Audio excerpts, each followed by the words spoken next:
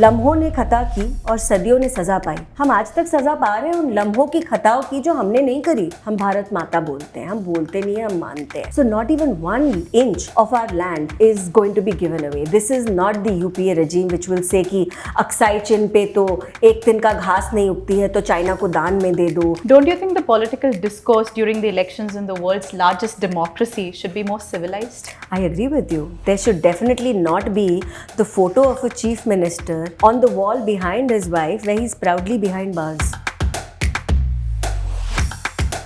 ये देखो कि आप जिस नेता को सपोर्ट करते हो वो पार्लियामेंट जाता भी है कि नहीं जाता. For example, Rahul Gandhi, more than 50% of the times he thinks it is okay to bunk parliament. If we are to have a strong, stable, good opposition for better governance of our country, Rahul Gandhi needs to go. A lot of Gen Z folks are going to be voting for the first time. Yeah. What's your message to them? पहला vote Modi को.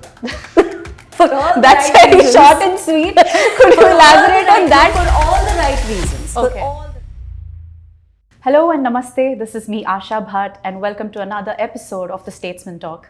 Today we have a very important guest with us. She's the bold and the articulate spokesperson of the Bharatiya Janata Party, Ms. Charu Pragya. Charu ji, welcome to the Statesman Talk. Thank you very much for having me. How are you doing today? Wonderful. And I'm looking forward to this conversation. Me too. So should we dive deep into the streamline of questions that I have prepared for you? Let's go. How do you look at the prospects of Bharatiya Janata Party in the upcoming Lok Sabha elections? In one line, ab ki baar 400 par. That was my follow-up question. Will it turn into a reality soon? But you know, let's understand one thing. So when we very confidently say "Ab ki baar 400 par," it is not merely a slogan. It is not merely something that we have been asked to repeat again and again. It is not overconfidence. It is something that we have worked very hard for, and it is something that we hope to achieve with the blessings of the people of this country.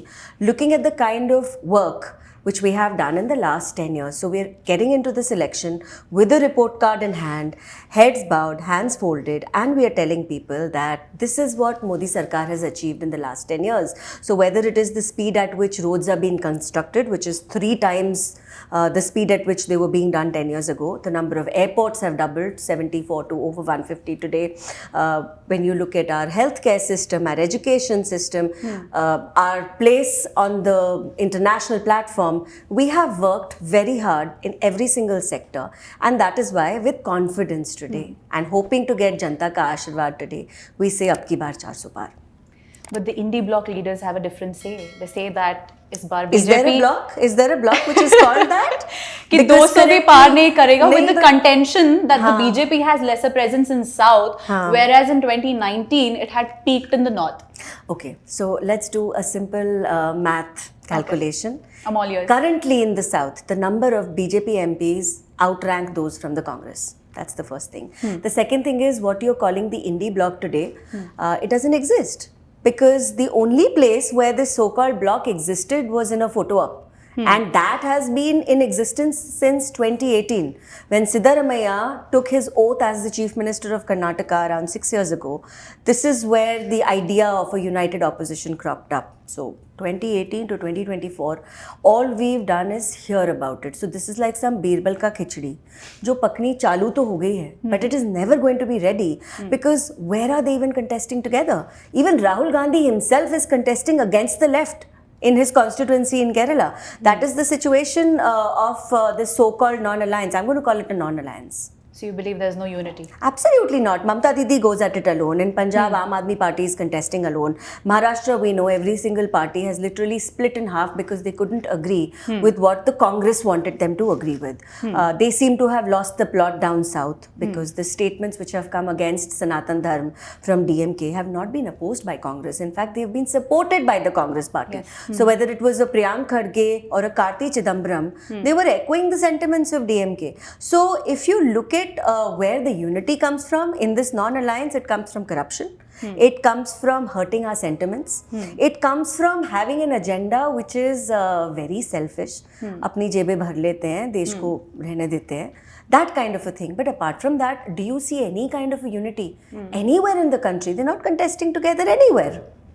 Do you think then the divide and rule agenda is prominent here? They are forever divided and they will never rule. So we're talking about the Aam Aadmi Party. So the Aam Aadmi Party alleges that the arrest of Chief Minister Mr. Arvind Kejriwal is aimed at breaking the party, which now poses a threat to BJP's supremacy at national level. What's your take on that? Okay, so I'm going to tell you two very serious contentions I have with this false claim. Okay. Number one, Arvind Kejriwal is the only chief minister who has been arrested.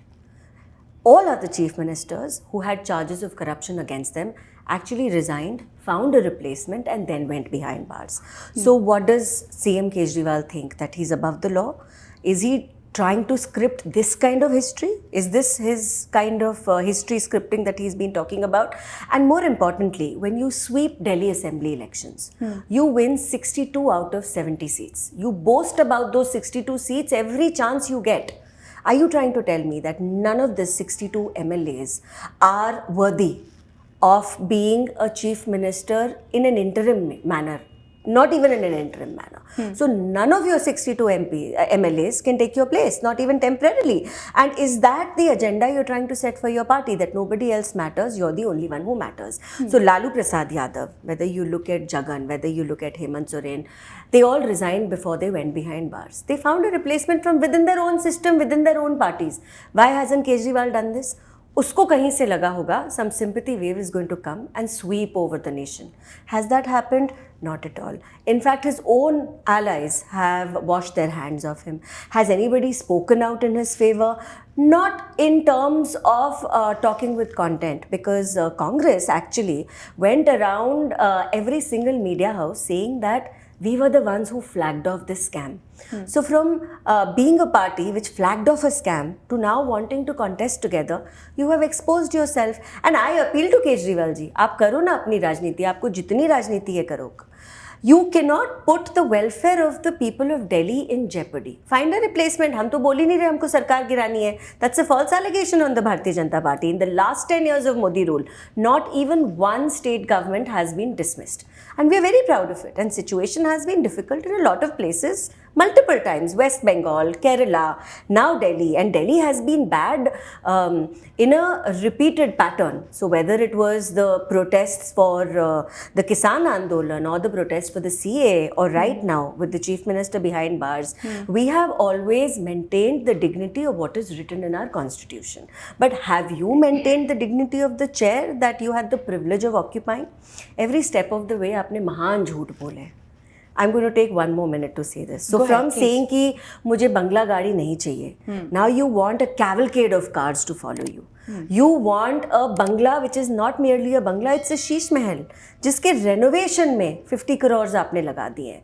So where is it that you are standing firm on anything that you have said and said on camera? I'm going to pick up on that word replacement. The talk of the town, apart from Mr. Kejriwal right now, is Sunita Kejriwal. Do you think she's another Rabri Dev in making? She's worse. But because, okay, so मेरे को ना पहले I have a question to ask of Sunita Bhabi. पहले तो मुझे ये बताओ, आपके पति आदमी हैं, वो सोच हैं, वो आत्मा हैं या वो शहीद हैं? What is happening? And how does it make sense to put a photograph of a Kejriwal behind bars between the photos of two shaheeds? What is it that you're trying to do? And do you think people are liking that? Not at all. You sit there blank-eyed, frankly spooky, and you rattle off some weird statements every day. Is that the level of political discourse in my country today, in the capital of my country today? And is it what intelligent people want to see and hear? Why is it that when you are speaking to the media, when you're putting out an official statement, can you not talk about the legal position of your case? Why can you not talk about what are the answers that you're giving to the questions that ED is asking you? Why can you not talk about the future agenda? You're talking about elections right now. Tell us what you have planned for the 24 Lok Sabha elections. Why is it that you need to resort to a level of discourse which is about कितना वजन बढ़ा है, कितना वजन घटा है, वो आत्मा है, वो आदमी है, वो भूत है? What is it? You've made a mockery out of politics, and here we are pushing for more and more youngsters to be a part of the political process, and there you are making it so laughable that any thinking individual in this country will say, ये क्या बकवास हो रहा है? There's another serious allegation of crony capitalism against the Modi government. What's your take on that? Wealth creators shouldn't be shamed It's a very, very simple thing, and our Honorable Prime Minister has said this repeatedly. Where is the wealth coming from? Who's going to invest? Even if we are looking for foreign direct investment, who is putting this money in? Who is going to partner with these companies in our country? Who's providing employment? The government cannot do everything. The government cannot be in the business of doing business. The government has to do governance. So the businessmen should be left to do business.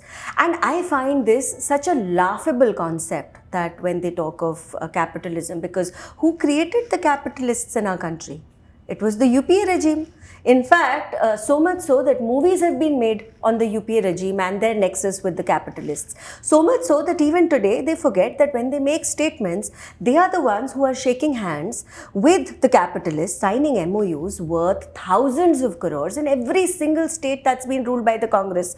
So either you say that you don't want development, you are not signing any MOUs, you are not planning an exchange of ideas and planning a PPP project with any of these so-called capitalist companies, or you stop floating this kind of a narrative which nobody is buying, frankly. They have done their best, but nobody is buying it. Because today, it's a situation where Indians proudly say that, oh, look at the list of the richest people in the world. इसमें कितने भारतीय हैं? You know, the Congress is the kind of people who will applaud Elon Musk and say, wow, look at him, he's so rich. And at the same time, pull down a person who's made their mark on the international platform by doing business from India. So how does that even make sense? You did talk about, movies being made back in government. Yeah. Abhi jo movies bana rahe hain. There's also the thing on Twitter and going around everywhere that everything is propaganda driven and backed by the BJP government with a set right agenda. What's your take on that? Okay, movies के बारे में ना, I say one thing. So या तो वो fact है, and if that movie is fact, then obviously you should allow it to be screened. And if that movie is entertainment, then why are you stopping it from being screened? Either way you look at it, it just doesn't make sense, because there has to be freedom of expression, especially in the space of art. And all the movies in the past, they have not been weirdly pointing at one dispensation or the other. Then you didn't have anything to say. So today, I'll take the example of Kerala Files. Now, there are news reports which are doing the round, and there have been investigations, and investigations done by Kerala Police, by the way, not being done by central investigative agencies. And Kerala Police reports to the Kerala Chief Minister. So when Kerala Police says that there are sleeper cells of ISIS in our state and we are trying to bust them, or when the Kerala High Court says that we are not going to put a ban on the screening of any movie, are you trying to say that everybody is pushing for propaganda, even people who report to you?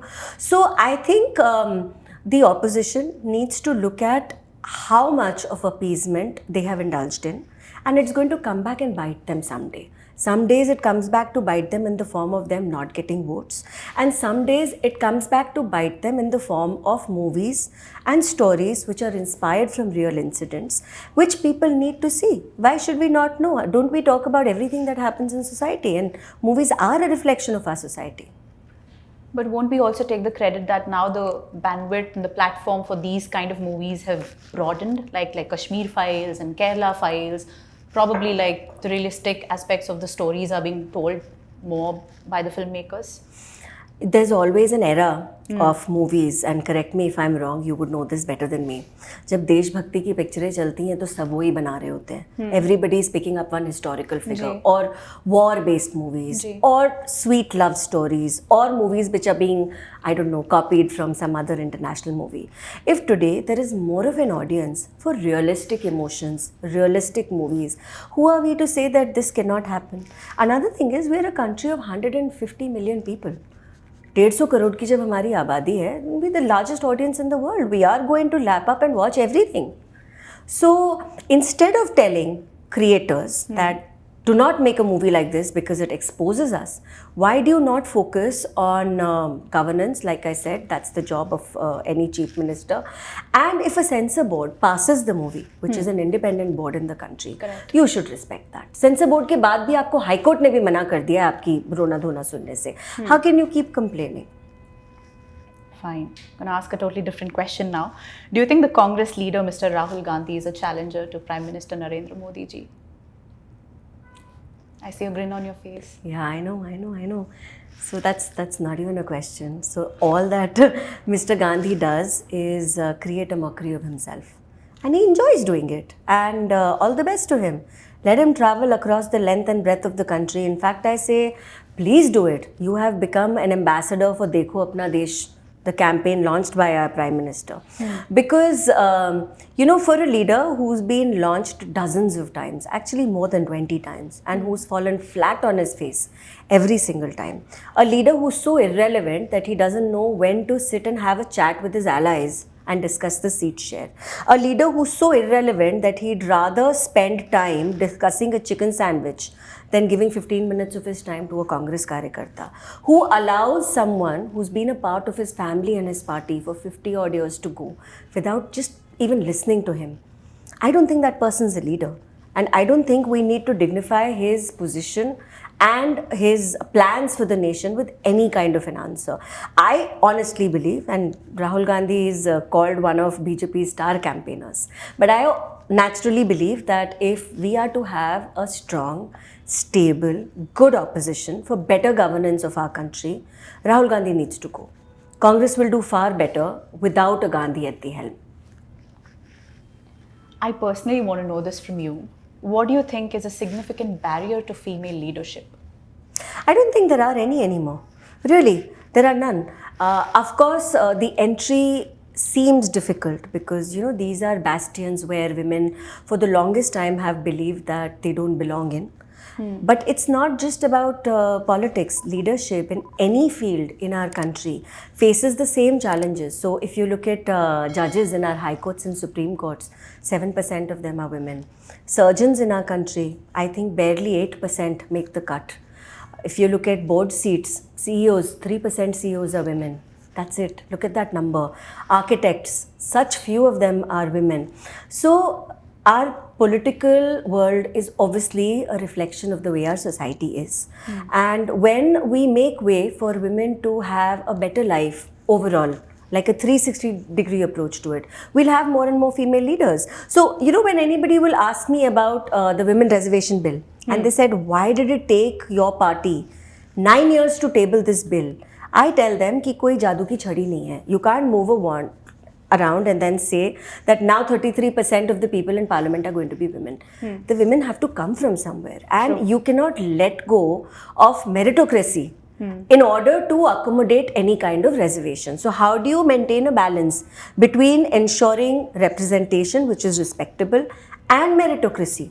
You do it by working from the ground up. So our government has done that, and I'm mighty proud of it, and I cannot say this enough. So from trying to stop female infanticide, to making sure a girl goes to school, to making toilets in her school because she has to stay in school. When she graduates, you push forward the marriageable age for her so that she can work and she can stand on her own 2 feet. When she gets married, we help her with those expenditures. When she wants to have a baby, there is a longer maternity leave that's given to her. She gets equal pay for equal work. She gets respect. She is able to work in places which were considered unimaginable for women, like the front lines of our defense forces. So when you work like this, adding nutrition to this mix, like when she becomes a mother, when she's nursing a child, is she eating all right? Adding the fact that if her elderly are unwell or if she is not all right, there is money for her to look after her family by way of insurance policies from the government, Ayushman Yojana, or even something like registering homes in the names of women to empower them in a genuine way, giving them loans so they start their own businesses, increasing the space that we have for self-help groups run by women. So when you do this holistic 360-degree development of women from the minute they are born, or rather from the minute they're not even born, till the end of their lives, and once you've worked on that for a considerable amount of time, that's when you talk about introducing reservation. Because now I assure you, in 2029 elections, when women stand and contest, it will not be merely because a seat has been reserved, it will also be because she has earned that seat on her merit. All right. So in your opinion, what are the 5 main achievements of the Modi government during this 10 years rule? The first one is Article 370. Okay. I think every single Indian takes that one step with a lot of pride, and we still get emotional. I think removing Article 370 has been something that was again considered unimaginable. But when there is a will, there's a way. And Modi government did that. The second thing, and I am speaking right now as a woman, was abolishing triple talaq. So all those who consider themselves the custodians of minorities in this country couldn't do something as simple and as important as protecting the dignity of a woman when her husband wants to divorce her. And that's a huge step. The third thing which I admire Modi ji for doing is for registering the homes of Pradhan Mantri Awas Yojana in the names of women. I think in one stroke, that is the most empowerment that you can give to a woman. Who can kick you out when the house is yours? Does a man have the courage to mistreat you every single day? I'm not saying it's going to end, but at least you get to a point where you own your own property. I think that has been fantastic. Another thing which I admire this government for is speaking their mind at the international platform. We don't cow down in front of anyone. Whatever is happening in the world, India has its place, India has its say, and we will always say India first. And we have done that. We have seen the world has been quite turbulent, whether it was with the onset of the COVID-19 pandemic, then 2 wars. We have held our place. But the opposition has also spoken about the abstinence from the Russia-Ukraine war, where India took a neutral stance. What about that? What's your And take on that? why not take a neutral stand? I think our stand has always been against the aggressor, against terrorism, but we do not believe in interfering in any country's sovereign issues. We are very clear on that because we have our own sovereign issues to care about. We do not want any external force or any state to come and talk to us about Kashmir. We have a resolution which was passed by the UN, which basically says that the Union Territory of Jammu and Kashmir is a part of India. There is a part of J&K which is currently occupied by Pakistan, POK, and we don't want any outside interference. So we are going to give to you what we expect in return from you. Charuji, why is BJP so confident on retaining its power when you look around you? Yeah. There's high inflation rates, also unemployment, and not so friendly relations with our neighboring country. So, okay, so one by one. Okay. So when you look at inflation, take a look at our current GDP and the growth of that. In the last financial quarter, it was actually higher than what was anticipated. I believe it was around 7.5. So I'm not a number person, but I understand the basics of this. When you talk of inflation actually was in double digits when Congress was voted out. Double digits.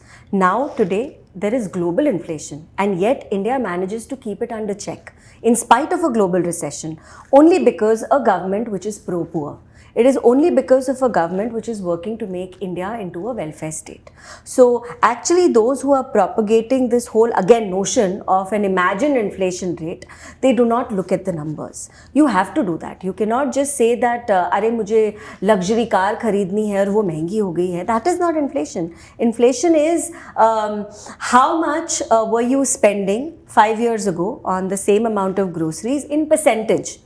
Right, and there they have beaten Congress hands down. So whether it was like a 10.3 in 2013 to currently a steady number around 6.5, I think we've done really well, especially considering the pandemic has come after 100 years. So Congress didn't have a precedent to this situation that we have faced. The second thing you asked me was about employment. yes. And employment today is not merely a 9-to-5 job. You don't have a 9-to-5 job. True. I don't have a 9-to-5 job. But employment has to be about livelihood, earning a living, doing well for yourself, maintaining a good standard of living. Do you get that only from a 9-to-5 job? Do you not get that from all the other avenues you have to do business? So whether it is the Mudra loan, you look at the numbers, crores have been given out, right? And if you look at the number of Mudra loans that have been given out, again, a lot of them have gone to the women. You talk about a situation where India has become very highly ranked in the startup countries of the world. We have leapt up by leaps and bounds. We have over 100 unicorns today. Do you think all these unicorns are not employing people? Today we have so much of infrastructural development.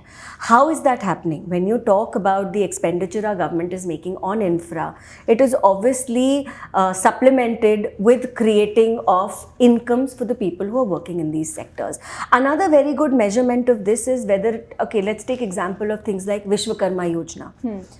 Not strictly a 9 to 5 job, but if you are a worker with your hands, there is so much that you can do, and the government is supplementing it, helping you make money. So in the beginning, 10 years ago, Modi ji said, let's become a job creator and not merely a job seeker. And we have achieved that, and that is exactly why we are eradicating poverty. That is exactly why the largest population in the world was not hit by lack of food in the middle of the pandemic. And all of this is possible only because there exists a steady livelihood, which does not always equal to a 9 to 5 job. And what about the not so friendly relations with the neighbors, Indochina and Indo-Pak to be specific? Because again, we are not people pleasing. And when we say that there cannot be talks and terrorism together, we stand firm on that. And why should we be having any kind of talks with a country which has steadily been supplying terrorists into our territories? You look at the situation that J&K was under. A few districts there, the youngsters would rather pelt stones around than want to get a job. Today, that situation is completely changed. The tourism is the highest that it has ever been. The exports from that state are the highest that it has ever been. Whether it is farming for apples or saffron, everything is doing well. And we have put a full stop to a situation where leaders thought that they could siphon off money, which is Indian, and help the people which are across the fence from us and get away with it because that's their brand of politics. So when we say no to separatism, when we say no to unnecessary conversation with those who don't understand our point of view, I think we're doing well for our country and we don't have to please our neighbors. It's our people we are serving, and that's what we're here to do. And what do you think are our long-term plans with China? The situation, we do have pressing concerns in the north and of course in the east. Yes. So let me tell you, the exact situation with China has existed for decades.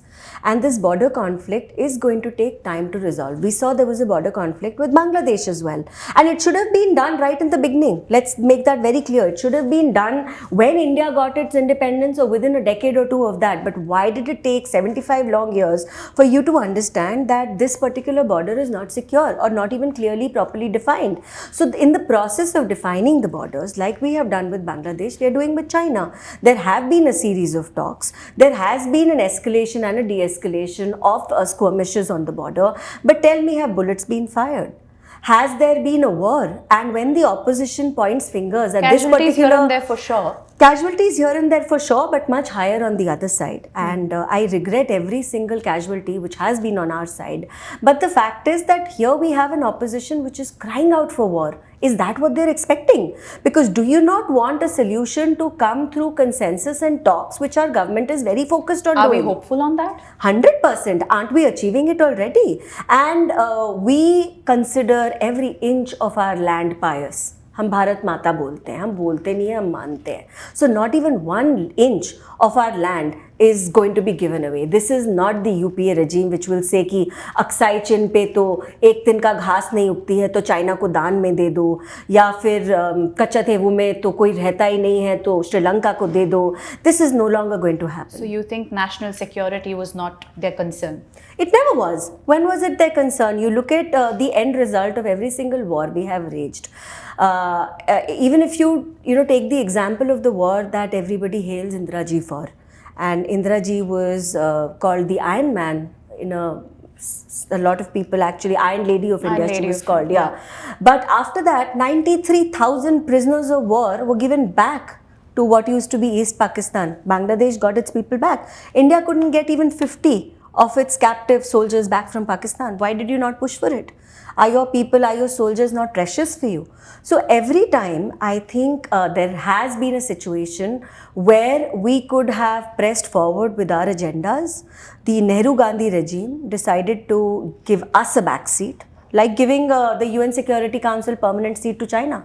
Why shouldn't India have it? Why doesn't India have it? It's because it's someone's my fault. question. Why doesn't India have it? It's someone's fault. And एक हिंदी में कहावत है, लम्हों ने खता की और सदियों ने सजा पाई. हम आज तक सजा पा रहे हैं उन लम्हों की खताओं की जो हमने नहीं करी. It was done generations ago. And construction takes a lot of time. If we are to construct a building, it will take 2 years, it will take 3 years. Destruction is like this. एक नीचे एक लगा दो कुछ gun powder and boom and the whole building's gone. So we are working on construction. Do not think that the destruction which we have faced in many ways for 65, 70 long years is going to be done away with in one chutki like this. It's taking time. 10 years we've achieved a lot. I think we're doing really well in most parameters, and that's exactly why Modi ji is a beloved leader. It's not a coincidence. It's not only because that people like him, people want to vote for him. People vote for him because he's delivering. So whichever section of society you're talking about, in a non-divisive, India first way, he's working every single day. Now, if he can work this magic in a decade, look at how much more our government can achieve if given another decade. But there's no permanent resolve as such. 70 साल से तो तब नहीं मिला. Like national security की बात कर रही हूँ मैं. So what new is the BJP government going to plan on with this issue? Is it our priority number one, like the defense outreach I'm talking about? It is, of course, our priority. And in the last 10 years, has there been a bomb blast in any part of the country? No. Actually, no. No, it's zero. Okay, yeah, it's zero. Correct. It's not significantly lower, it's zero. If you look at the curfews, I am from Western Uttar Pradesh. Meerut में हर साल curfew लग जाता था, right? If you, and I lived in Mumbai. Delhi में I remember एक दिवाली पर सरोजनी नगर में bomb blast हो रहा है. We did have a bomb blast at Rameshwaram Cafe in Karnataka. Correct. Very recently, that was also supported by people who are apparently banned in the country. But the way this terror outfits would go around claiming these lives, resources with a lot of pride, that has stopped because we have stopped tolerating terror. And it's made a lot of difference. We are seeing the result of that on ground, and we are going to continue with that. We are not going to bend over backwards anywhere, whether it is the UN. Our External Affairs Minister has been very explicit, very clear, quite a rock star actually. In the same way, we have held on to what is important for us internally in our country when it comes to conversations with Pakistan or in any other part of the country. जिस outfit को ban करना है हम उसको ban करेंगे, जिसको jail में पीछे जेल के सलाखों में डालना है वो हम डालेंगे. You look at how Uttar Pradesh is functioning now. You have to rule sometimes with an iron fist to deal with anti-social, anti-national elements. I really want to know, like people of my age and like youth, what generally happens in these bilateral talks? We don't get the inside info of these bilateral talks. We see like ऊपर से पढ़ लेते हैं, but what usually happens in these bilateral? I would also like to know. Come on. But see, the spill some beans at least, like one or two. I would really want to know. The youth wants to know what happens in these bilateral talks. So you decide long term the agendas of your countries and you uphold the values of both your countries. Bilateral talks currently... Agree to disagree kind of a situation most of the time? Finding common ground to work together most of the times. I think that is a better way of putting it. The conversation is not 100% recorded or telecast. But I know one thing. We are in a place where we are not compromising on anything, anywhere. And everything which is done on the diplomatic platform is not always immediately visible. It is more futuristic, and I think we are seeing an end result of that. Otherwise, a decade ago, could you have imagined India to be equally powerful in BRICS and in Quad? And that's the delicate balance that Modi Sarkar has achieved. Charuji, what's your take on Operation Lotus? You can't keep your flock together and you want to blame others. In fact, I should ask, what is it that you do that nobody wants to stay with you? Mujhko bata do. Whether somebody joins BJP or not is secondary. They want to leave and make their own political party. बल्कि आज देश में जितना opposition actually strong खड़ा है, they've broken away from the Congress only at some point or the other. Where did Mamta Didi come from? Where did all these parties in the south come from? Where did NCP come from? People are leaving the Congress, going to the TMC, going to the Samajwadi Party, going to Shiv Sena, going anywhere but in Congress. Incentive क्या है? Incentive यहाँ पे ये पूछो कि क्या incentive आप इनको नहीं दे पा रहे हो कि आपके ठीक है, पास क्या रहना ही नहीं इंसेंटिव चाहते नहीं हैं? दे पा रहे ये रहना ही नहीं चाहते. Respect, I think, first and foremost respect. Okay. Nobody is being given the bare minimum respect that they deserve as people who want to serve their nations. That's the first thing. मैं आपको example बताती हूँ गुलाम नबी आज़ाद जी का, such a senior leader, और captain Amarinder Singh ji का, such a senior leader. If they cannot be respected, if Congress अपनों को नहीं मना पा रही है, तो फिर जो नए आ रहे हैं उनको तो वो क्या मना के अपने पास रखेगी. So I think that I look at it from another lens. And as for my party, anyone who has a willingness to serve and put your nation and then your party above your own selfish interests, you're welcome. Why not? बूंद बूंद से सागर बनता है. हम लोग मिलके काम कर रहे हैं, करते रहेंगे. And how important it is to have a guru in politics? I think it is important, and it's not necessary that a guru is always someone who's physically around you. It can also be someone you find inspiration in. It can be someone that you learn from, like Swami Vivekanand ji, or Modi ji doesn't meet us, but he's a guru. I think it's important to have an ideology and somebody who has propagated that ideology to Does a it level have to which we always align with the party? I don't think anybody aligns with anything 100%. Okay. And intelligent people shouldn't do that. And we are a part of the political system today only because we want to bring about positive change. अब सब कुछ ही perfect है, utopian है, राम राज्य आ ही गया है, तो हम नौकरियां छोड़ के यहाँ क्या काम कर रहे हैं? So there is a role for us to play, and maybe there is some minor improvement that we can contribute, and we can do our bit for nation building. And that is why I think there's always a little scope of minor disagreements. See, largely, broadly, main चीज़ें आपकी align होनी चाहिए. But उसके बाद disagreements are welcome. Why not? If you're making sense, your leaders will listen to you. If you're not making sense, you'll get convinced by their line of thought. It is conversation which is important. Okay. So the ongoing election campaign has touched a new low in Indian politics. Yeah. Don't you think the political discourse during the elections in the world's largest democracy should be more civilized? I agree with you. There should definitely not be the photo of a chief minister on the wall behind his wife where he's proudly behind bars. That is the discourse. The discourse also is not just a man talking about licking a lady politician from the Bharatiya Janata Party, licking, exactly that. But even a woman who's attacking a new woman in politics.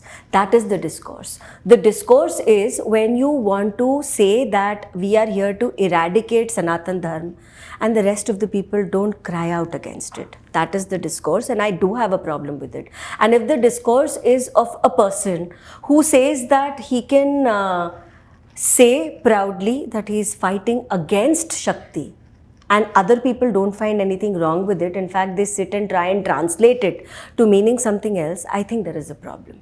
And this discourse cannot exist. And do not blame us for this discourse because we are reactive here. We are not the ones who are proactive. It is the opposition which has proactively set this discourse. Our discourses in every single speech, whether you listen to our party president or our honorable prime minister, our home minister, our Raksha Mantri, they talk about everything that we have delivered. In fact, I urge all the young citizens of my country to listen to these speeches so at least you know what are the things that we have done in the last 10 years, and we talk with facts, figures, numbers. It's all in the public domain. खुद पढ़ो, dashboard जाके पढ़ो, ये देखो कि आप जिस नेता को सपोर्ट करते हो वो पार्लियामेंट जाता भी है कि नहीं जाता. For example, Rahul Gandhi, half the times, more than 50% of the times, he thinks it is okay to bunk parliament. But isn't that the case, Charuji? Like, it's always about the short-term memory loss of people. People don't remember a lot of things, right? It's our job to remind them. Okay. So here's my last question to you.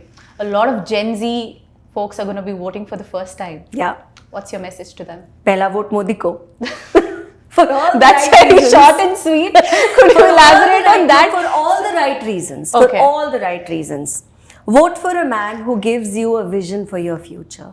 Vote for the man who talks about gifting you a developed India by 2047. Vote for a man who has worked and delivered on this vision. Not for someone who is so confused that वो A बोलना चाहता है और speech में Z बोल के अपने घर चला जाता है. Yeah, I mean, I don't have to talk about that, but I can say that I think when we look at Instagram or Twitter and the places like these, BJP is coming with this new trendy ideas of catering to these Gen Z and millennial I'm folks. having so much fun. I'm You going are? to take a moment to thank our fabulous team at, the BJP. People want to know कौन है इसके पीछे? बहुत सारे लोग हैं. It's a अच्छा. whole team. Okay. Yeah, led by Amit Malviya ji. MyGov has these wonderful creatives also. Those also I enjoy very much. But I think it's great the way we are able to translate our message into a language which is understood by everyone. Okay, thank you. Thank you Thank so you much very for much. taking time out. Wonderful come to and talk chat to you. us. Same here, Charuji. Thank you so much.